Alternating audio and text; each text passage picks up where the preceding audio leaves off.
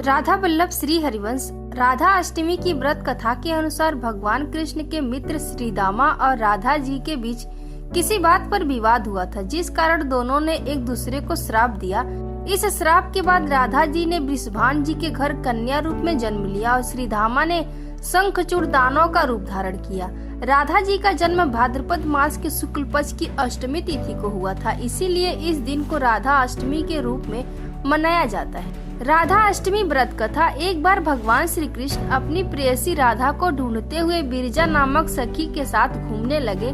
जब राधा जी को इस बात का पता चला तो वह बहुत क्रोधित हुई और उन्होंने बिरजा को अशब्द कहे, जिसके कारण बिरजा नदी का रूप लेकर चली गई। जब श्री कृष्ण के मित्र श्री दामा को राधा जी के इस व्यवहार के बारे में पता चला तो उन्होंने भी राधा जी को भला बुरा कहा। श्री दामा की बातों से राधा जी को क्रोध आया और उन्होंने श्री दामा को दानव योनि में जन्म लेने का श्राप दिया। श्री दामा ने भी राधा जी को मनुष्य योनि में जन्म लेने का श्राप दिया। श्राप के प्रभाव से श्री दामा ने शंखचूड़ राक्षस के रूप में जन्म लिया, जो बाद में भगवान विष्णु का भक्त बना।